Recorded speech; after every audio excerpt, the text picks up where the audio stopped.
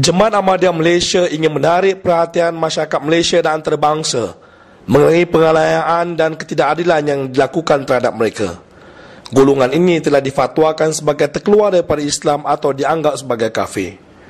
Mereka dianggap terkeluar pada Islam kerana dituduh memiliki Nabi, kalimah syahadat, Al-Quran, kiblat dan solat yang amat berbeza dengan orang Islam yang lain. Atas dasar itu, pihak berkuasa agama melarang anggota Jemaah Ahmadiyah yang meninggal dunia dikebumikan di tanah perkuburan Islam. Pendirian pihak Jabatan Agama Islam Selangor terhadap Jemaah Ahmadiyah adalah jelas bahawa Jemaah Ahmadiyah sudah dianggap terkeluar daripada Islam. Ini dapat dibuktikan dengan papan kenyataan yang dipasang oleh mereka di hadapan bangunan Jemaah Ahmadiyah di Kampung Nahoda yang bertulis, "Qadiani bukan agama Islam." Malah, alasan yang sama juga diberikan oleh pihak JAIS yang menolak diadakan muzakarah terbuka dengan Jemaah Ahmadiyah kerana Jemaah Ahmadiyah telah dianggap sebagai bukan Islam. Persoalannya, siapa itu Islam? Dalam memecahkan permasalahan ini, Rasulullah SAW mewariskan kepada kita definisi Islam yang sebenar. Dalam hadis Sahih Muslim Kitabul Iman, Jibril datang kepada baginda SAW, "Hai Muhammad, beritahukanlah kepadaku tentang Islam." Rasulullah SAW bersabda, "Islam ialah hendaknya bersaksi bahawa tiada Tuhan selain Allah dan Muhammad adalah utusan Allah, mendirikan solat, memberikan zakat, berpuasa di bulan Ramadan dan beribadah haji ke Baitullah jika engkau mampu menempuh di jalannya." Orang itu, Jibril berkata, "Engkau benar." Jemaah Ahmadiyah mendakwa mereka mengamalkan semua rukun Islam dan iman, sama seperti orang Islam yang lain. Ini dapat dibuktikan terpampang kalimah syahadat di dalam dan di luar bangunan mereka, serta azan yang dikumandangkannya. Benarkah mereka memiliki kiblat dan Al-Quran yang berbeza dan tidak solat? Apa yang menakutkan ialah jika Jemaah Ahmadiyah mengamalkan rukun Islam dan iman yang sama seperti orang Islam yang lain, apakah kita berhak untuk mencabut Islam dalam diri mereka?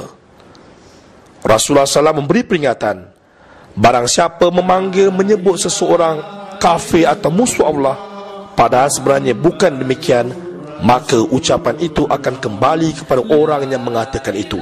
Hadis Bukhari.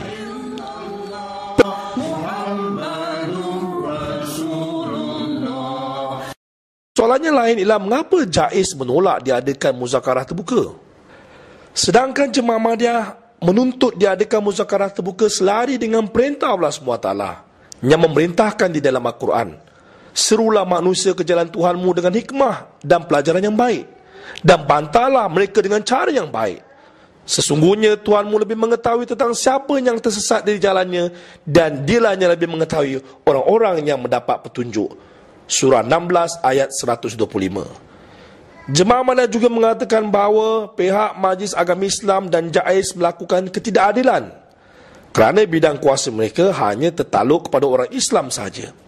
Tapi mengapa pihak JAIS dan MAIS yang telah memfatwakan Jemaah Ahmadiyah sebagai terkeluar daripada Islam masih terus mencampuri urusan peribadatan Jemaah Ahmadiyah dengan melarang anggota Jemaah Ahmadiyah menunaikan solat Jumaat di bangunan mereka dengan alasan tidak mendapat izin? Notis ini jelas memperlihatkan ketidakadilan. Kerana bagaimana Jemaah Ahmadiyah akan mendapat izin daripada pihak MAIS jika pihak Jemaah Ahmadiyah telah difatwakan sebagai bukan Islam? Kalau orang suka saya buka sebab tak ada beza faham tak ini masjid. Kamu dah buat ni? Yalah kamu dah buat pada saya. Saya suruh buka suruh. Fahamlah.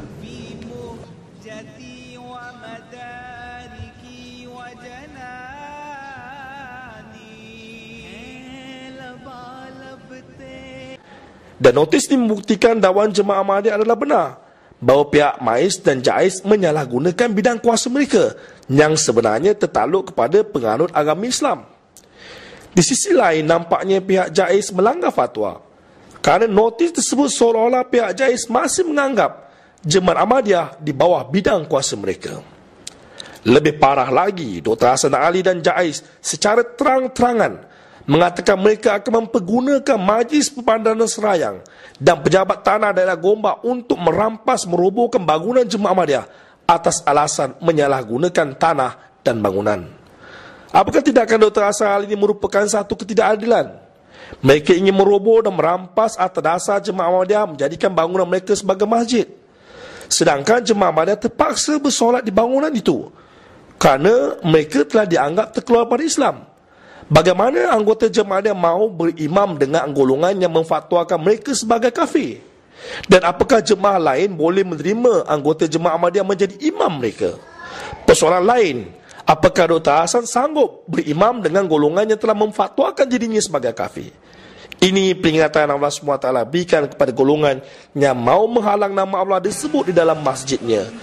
Dan siapakah yang lebih anaya dari orang-orang yang menghalangi menyebut namanya di dalam masjid-masjid Allah dan berusaha untuk merosakkannya? Mereka tidak layak masuk ke dalamnya kecuali rasa takut. Bagi mereka di dunia ada kehinaan, dan bagi mereka di akhirat tersedia azab yang besar. Surah 2 ayat 114. Apa yang mengherankan selalunya, jika ada pihak yang ingin keluar daripada Islam, pihak agama akan mempertahankan golongan tersebut untuk tetap menjadi Islam. Tapi dalam konteks Jemaah Ahmadiyah, dengan mudah mereka difatwakan terkeluar daripada Islam. Pihak Jabatan Agama memaksa Jemaah Ahmadiyah menerima penafsiran mereka.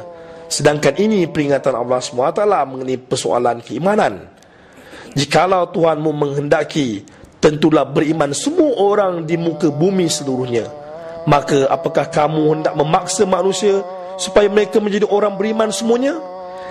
Dan tiada seorang pun akan beriman kecuali dengan izin Allah. Dan Allah menimpakan kemurkaan kepada orang-orang yang tidak mempergunakan akalnya. Surah 10 ayat 99 hingga 100.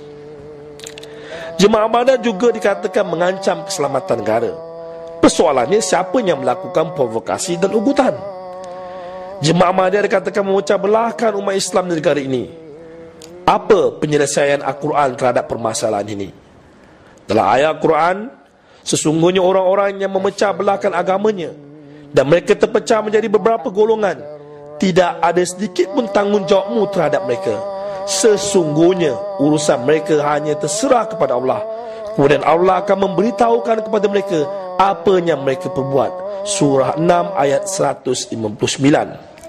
Apa yang membimbangkan ialah provokasi ini dan fitnah yang bermerajalela akan mendorong masyarakat Islam untuk menjadi hakim sendiri dan akan mengundang pertumpahan darah seperti mana yang berlaku di Lahore. Serangan di Lahore dikatakan ialah hasil daripada fitnah-fitnah yang dilontarkan oleh para ulama yang menyebabkan ada golongan yang terpengaruh dan menjadi hakim sendiri dan menyerang Masjid Ahmadiyah di Lahore. Dan jika ini berlaku, bersiap-siaplah menghadapi azab daripada Allah SWT sesuai dengan janjinya dalam surah An-Nisa ayat 93. Barang siapa membunuh seorang mukmin dengan sengaja, maka balasannya ialah Jahannam. Ia akan menetap di dalamnya dan Allah murka kepadanya dan melaknatnya dan menyediakan azab yang sangat besar. Kepada golongan yang ingin berjihad menghapuskan Jemaah Ahmadiyah, ini peringatan Al-Quran. Hai orang-orang yang beriman, apabila kamu hendak berjihad di jalan Allah, maka selidiklah sebaik-baiknya. Dan janganlah kamu mengatakan kepada orang yang beri salam kepadamu, engkau bukan mukmin. Kamu hendak mencari harta kehidupan di dunia, padahal di sisi Allah banyak kekayaan. Surah 4 ayat 94. Perhatikanlah, perkataan salam saja sudah memadai untuk kita memberhentikan jihad, ataupun kita tidak boleh mengatakan seseorang itu engkau bukan mukmin. Bagaimana dengan anggota Jemaah Ahmadiyah yang memiliki kalimah syahadat yang sama dan mengamalkan rukun Islam dan iman yang sama? Kemulut ini membuktikan kebenaran Nabi Muhammad SAW yang telah memberikan gambaran keburukan ulama yang suka menabur fitnah dan dianggap baginda SAW sebagai sehina-hina makhluk di bawah kolong langit. Rasulullah SAW bersabda, akan datang satu zaman kepada manusia di mana tiada lagi yang tinggal dari Islam kecuali namanya, dan Al-Quran yang tinggal hanya tulisannya. Masjid-masjid makmur tapi kosong daripada petunjuk. Ulamanya akan menjadi wujud yang paling buruk di bawah kolong langit. Kekacauan fitnah akan keluar daripada mereka dan akhirnya akan kembali kepada mereka.